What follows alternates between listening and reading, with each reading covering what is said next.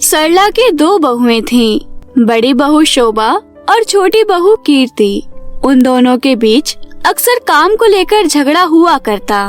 एक दिन ऐसे ही जब कीर्ति तैयार होकर बाहर जा रही होती है तभी, अरे मैडम, इतना तैयार होकर कहाँ जा रही हो? अरे लगा दी ना टोक, पार्टी में जा रही थी। पार्टी में जा रही हो? कोई बिजनेस डील करने नहीं जा रही जो टोक लगा दी। और अगर तुम पार्टी में जा रही हो तो रात का खाना कौन बनाएगा? अरे कभी आप भी बना लिया करो खाना, मुझे नहीं पता, मैं पार्टी में जा रही हूँ। ऐसा कहकर कीर्ति वहाँ से चली जाती है। कीर्ति की बात सुनकर शोभा को बहुत गुस्सा आता है और वो कीर्ति की शिकायत लेकर सरला के पास जाती है। माँ जी देख लीजिए, आज भी आपकी छोटी बहू पार्टी में चली गई और आज भी मुझे ही खाना बनाना पड़ेगा। वो हमेशा ऐसा ही करती हैं, कभी कहीं चली जाती हैं तो कभी कहीं, और उसके बाद घर की सारी जिम्मेदारी मेरे ऊपर आ जाती है। ये तो छोटी बहू ने बिल्कुल अच्छा नहीं किया, आने दो उसे, मैं बताती हूँ। इसके बाद शाम को कीर्ति घर आती है तो सरला हॉल में ही बैठी होती है। अरे बहू, ये क्या बात होती है? तू हमेशा पार्टी में चली जाती है और बेचारी शोभा को सारे घर के काम करने पड़ते हैं। ये तो बहुत ही गलत बात है ना? हाँ माँ जी, माना कि मैं आज पार्टी में गई थी, लेकिन ऐसा रोज नहीं होता और दीदी को रोज कोई अकेले काम नहीं करना पड़ता। मैं भी घर के काम करती हूँ और बल्कि इनसे ज्यादा ही करती हूँ। पता नहीं क्यों, अगर एक दिन मैं पार्टी में चली गई तो बात का बतंगड़ क्यों बना दिया आप लोगों ने? ओ बस बस मैडम, ज्यादा झूठ बोलने की जरूरत नहीं है। दिखता है तुम कितना काम करती हो। मैं इस घर की बड़ी बहू हूँ, इसलिए तुम सोचती हो कि सारी जिम्मेदारी मेरी ही है। अरे दीदी, ये सफेद झूठ बोलना तो कम से कम बंद करो। झूठ पर झूठ बोले जा रही हो। जितना मैं घर का काम करती हूँ ना, उतना तो आप कभी कर भी नहीं पाओगी। ऐसा कहकर दोनों चूहे बिल्ली की तरह लड़ने लग जाती हैं। सरला को बहुत ही गुस्सा आता है, साथ के साथ ही उसे ये भी समझ नहीं आता कि इन दोनों को आखिर रोका कैसे जाए, क्योंकि ये लड़ाई एक दिन की नहीं थी, ये अक्सर ही हुआ करती थी। इसके बाद सरला कहती है, अब तुम दोनों शांत हो जाओ। एक छोटा घर है, उसमें भी तुम लोगों को इतनी तकलीफ होती है काम करने में। अगर ऐसा ही है तो ठीक है, मेरे पास तुम दोनों की परेशानी का एक हल है। कैसा हल माँ जी? अब इस घर में काम का बंटवारा होगा। काम का बंटवारा? आज तक मैंने घर का बंटवारा सुना था, प्रॉपर्टी का बंटवारा सुना था, लेकिन ये काम का बंटवारा, ये तो पहली बार सुना है मैंने। वो इसलिए क्योंकि जिस घर में काम को करने में इतने झगड़े होते हो, ये फॉर्मूला बस उन्हीं घरों में काम करता है। इसलिए अब मैं भी इसे अपनाने वाली हूँ। अब मैं घर के काम तुम दोनों में आधे आधे बांट दूंगी और वो तुम्हें करने ही पड़ेंगे।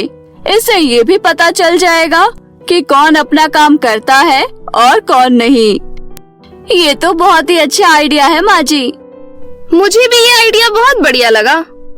इसके बाद सरला 2 पर्चियों पर घर के सारे काम लिख देती है और उन्हें अपने हाथों में रख लेती है और फिर कहती है, मैंने इन दोनों पर्चियों पर घर के आधे आधे काम लिख दिए हैं, क्योंकि अगर मैं काम बांटूंगी तो तुम दोनों कहोगी कि मेरे साथ भेदभाव किया, उसका आपने साथ ज्यादा दिया।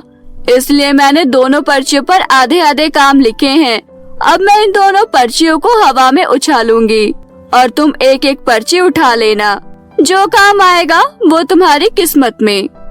इसके बाद सरला दोनों पर्चियां उड़ाती हैं और कीर्ति और शोभा एक एक पर्ची उठा लेती हैं। अब बताओ जल्दी से, किसके पर्ची में क्या क्या काम आया है? मुझे कपड़े धोने हैं, पोछा लगाना है, बाजार से सामान लाना है और रात का खाना भी बनाना है। मुझे नाश्ता बनाना है, झाड़ू लगानी है, घर का राशन भरना है और दिन का खाना बनाना है।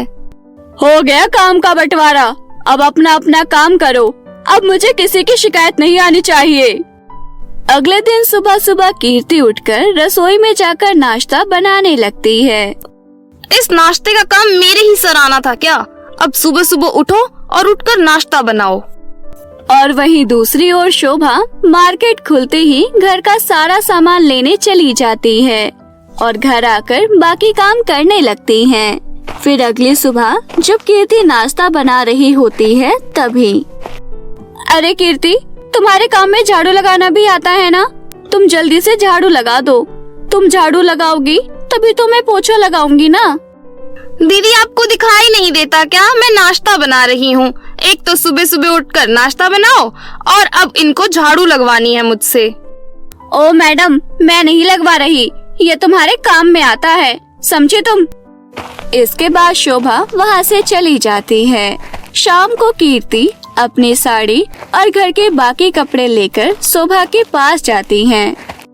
दीदी, कल से कपड़े पड़े हैं, आपने धोए नहीं। मुझे पार्टी में जाना है और जो मुझे साड़ी पहननी है वो गंदी है, तो प्लीज जल्दी से कपड़े धो दीजिए। अभी मुझे रात का खाना बनाना है, अभी मैं कोई कपड़े नहीं धोने वाली। अगर इतना ही पार्टी में जाने का शौक है तो खुद ही धो लो। ये कपड़े धोना मेरे काम में नहीं आता, ये आपके काम में आता है। मुझे काम समझाने की जरूरत नहीं है, मुझे अपना काम अच्छे से पता है और मैं कोई काम करने से मना नहीं कर रही। मैंने कहा मैं कल धो दूंगी।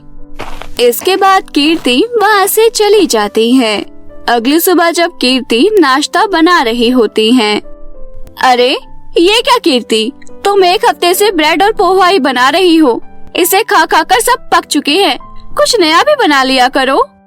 अगर आपको इतना ही पकवान खाने का शौक है तो खुद ही बना लीजिए ना। एक तो सुबह सुबह उठकर नाश्ता बनाओ और ऊपर से इन्हें नाश्ते में 56 भोग चाहिए।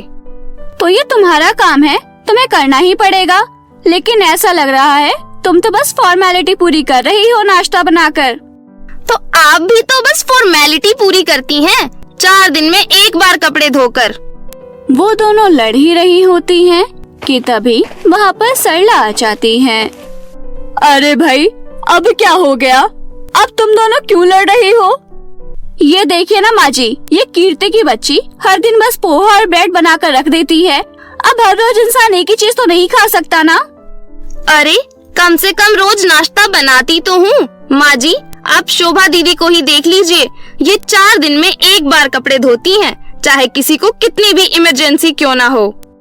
ऐसा कहकर दोनों फिर से लड़ने लग जाती हैं, जिसके बाद सरला कहती है, मतलब काम का बंटवारे करने का भी कोई फायदा नहीं हुआ।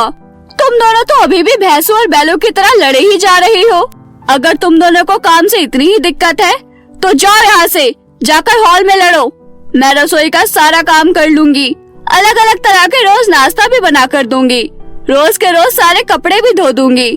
तुम दोनों को चिंता करने की कोई जरूरत नहीं है, घर का सारा काम मैं कर लूंगी।